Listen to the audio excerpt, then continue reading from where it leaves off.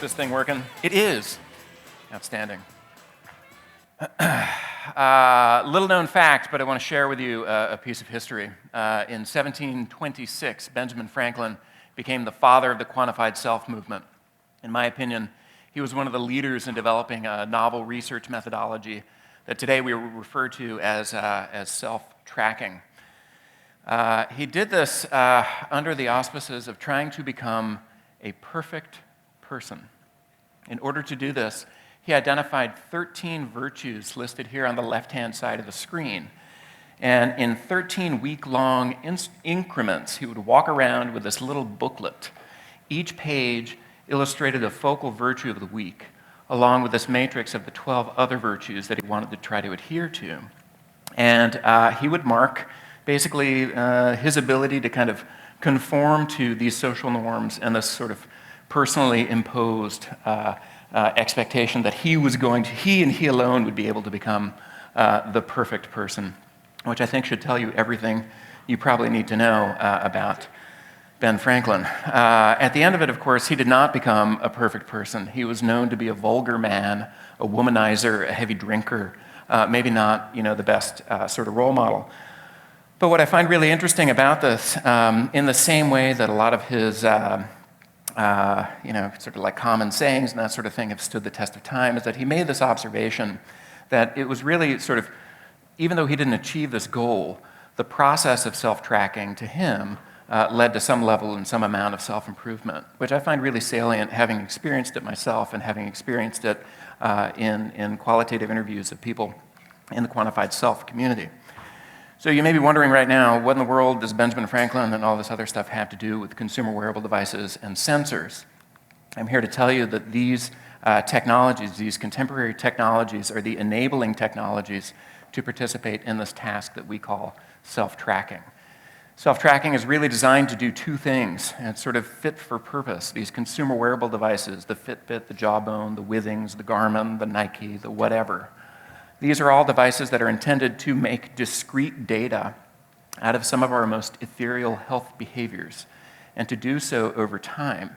That's sort of step one. Step two is to then take that kind of temporal data and turn it into something that's infinitely more digestible and interesting.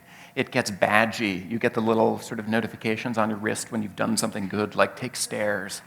And what I find most interesting as a researcher is the potential of using these kinds of data in the conduct of public health or clinical interventions.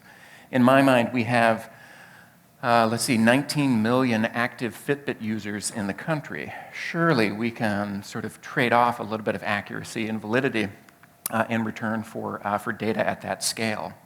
So typically the process of self-tracking generally works like you put a device on or inside of your body, it gathers data on something, and then it sort of presents it back to you.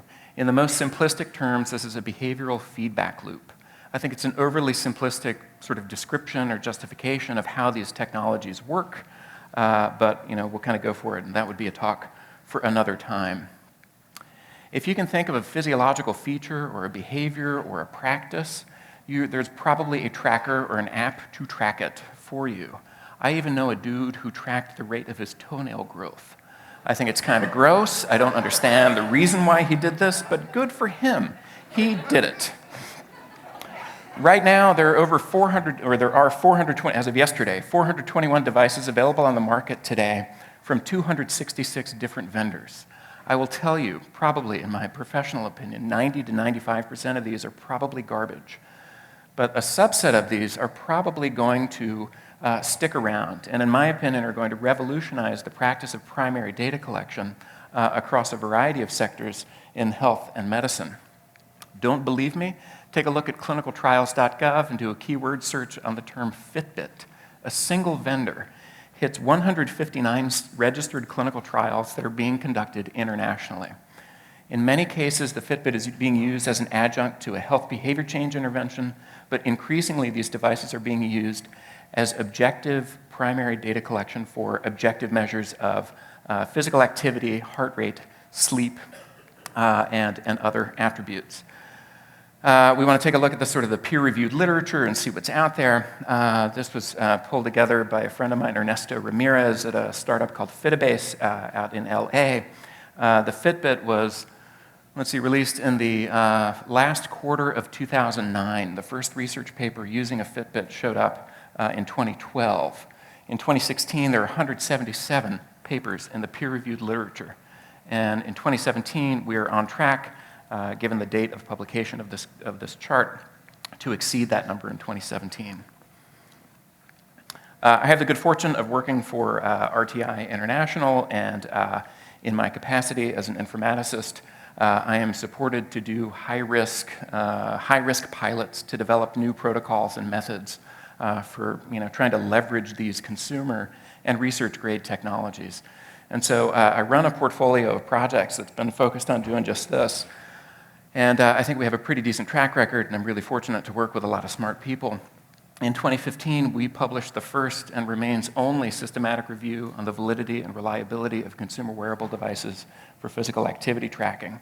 We've developed numerous protocols for conflating consumer wearable data, extracting consumer wearable data from different kind of vendor data warehouses, and combining it with more traditional data sets, active survey data, ecological momentary assessment, and clinical information systems. We do an awful lot of spatial data acquisition from smartphones and are able to deploy that and have done so worldwide.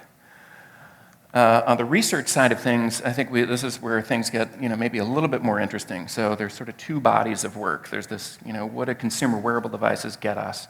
And then what do research-grade devices get us? Research-grade devices like this sucker on my wrist right here called the Empatica E4 enables us to measure things in the field that we have never been able to measure outside of the laboratory. It's super cool. It sort of complicates things, taking somebody out of a really controlled setting and putting them into a naturalistic environment where they're going to be subject to more things that are kind of beyond your control. But this is the kind of focus that we've taken, is sort of how do you make sense of these things, how do you get them into the field, and how do you work with these data. We just completed a demonstration project with the Durham Police Department here in North Carolina, where we instrumented 3 patrol officers with a high-fidelity physiological monitor, and then we just told them to go to work.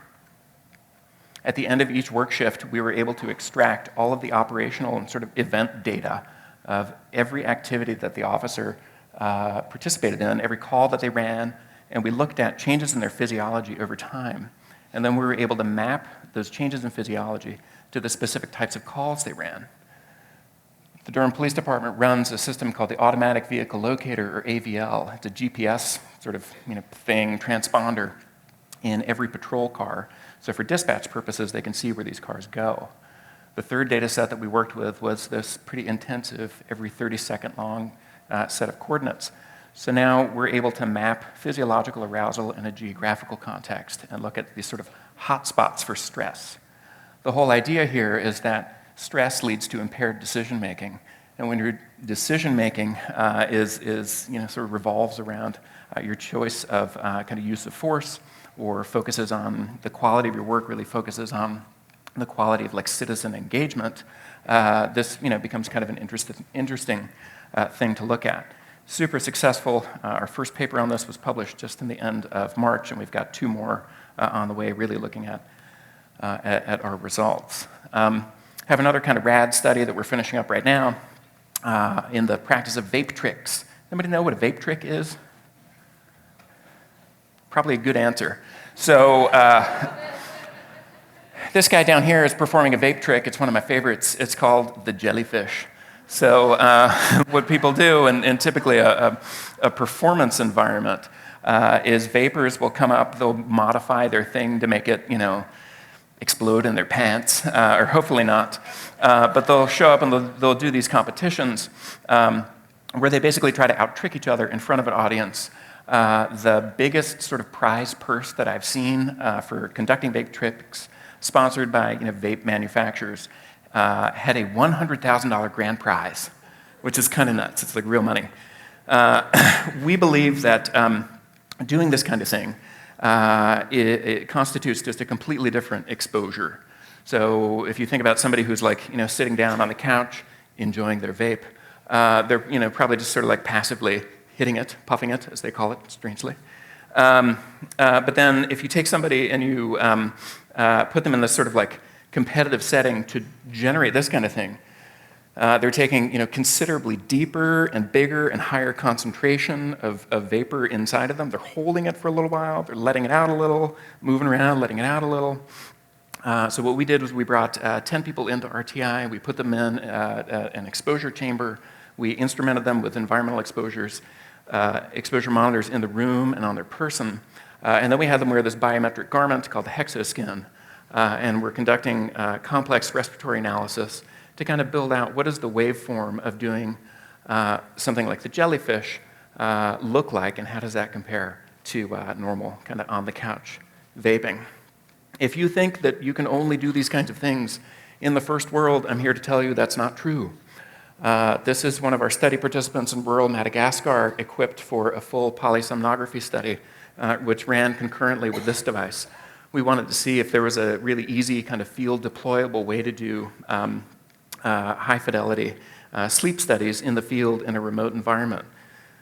In 2 weeks, a number of the hexoskin shirts are going to be going back to rural Madagascar, and we're going to be doing more of this respiratory analysis in the context of indoor cook stoves that we heard a little bit about earlier today. Verily Life Sciences, let's just call them Google, last week launched a pretty ambitious study called Project Baseline, in which they seek to enroll 10,000 participants.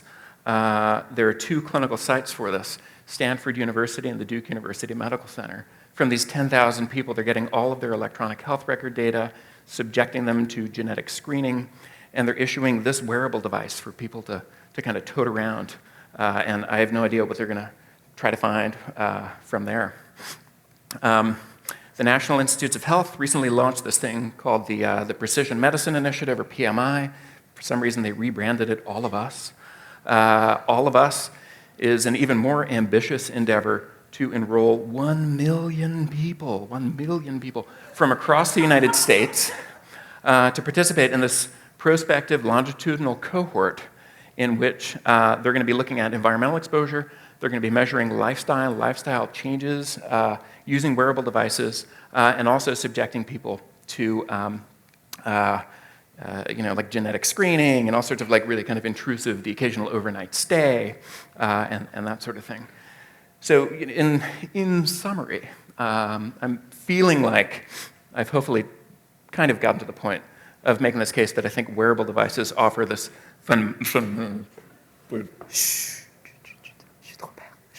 gathering high fidelity